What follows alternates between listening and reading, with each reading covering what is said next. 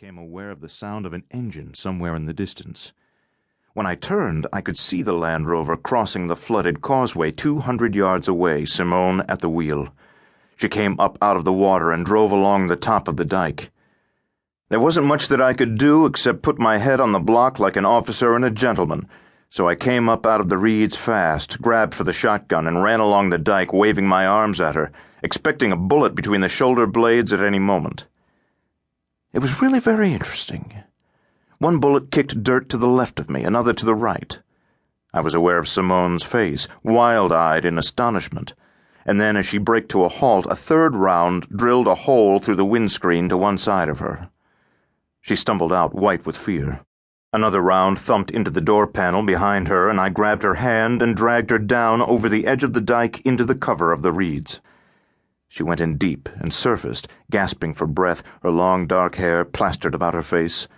Another bullet slammed into the body of the Land Rover. She grabbed at the front of my jacket in blind panic. "What is it? What's happening?"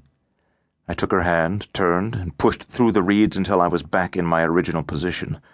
Another shot sliced through the reeds overhead, and Simone ducked instinctively, going under again. She surfaced, her face streaked with filth, and I took a couple of waterproof cartridges from one of my pockets and loaded the shotgun. "He's good, isn't he?" "For God's sake, Oliver," she said. "What is all this? Who's out there?" "Now, there you have me," I said. "He's a professional, I know that, but for the rest, it's really rather peculiar. You see, I have the distinct impression that he could have killed me any one of a dozen times and didn't. I wonder why." Her mouth opened in astonishment. The wide eyes above the high cheekbones widened even more. She said in a hoarse voice, "You're actually enjoying this." "Well, it's certainly enlivened a rather dull afternoon, you must admit that." Our friend fired again, shooting off the right-hand leg of the easel so that it toppled over the dike into the water.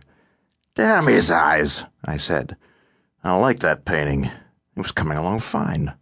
The way you were soaking the blues into the background wash was particularly pleasing." She turned, her face contorted with fear, looking as if she might break into pieces at any moment. "Please, Oliver, do something. I can't take any more of this."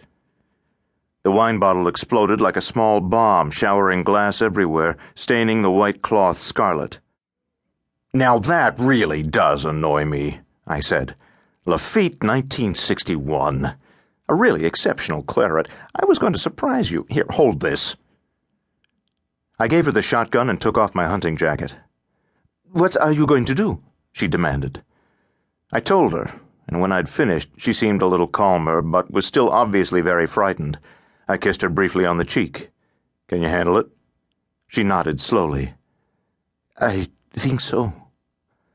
I slipped the jacket over the muzzle of the shotgun and eased it up over the top of the reeds. There was an immediate shot, and as the jacket was whipped away, I cried out in simulated agony. I turned to Simone, who waited, white-faced, waist-deep in that foul water. "Now!" I whispered. She screamed out loud, scrambled up onto the dike, got to her feet, and started the run toward the Land Rover. He fired once, chipping a stone a couple of yards in front of her.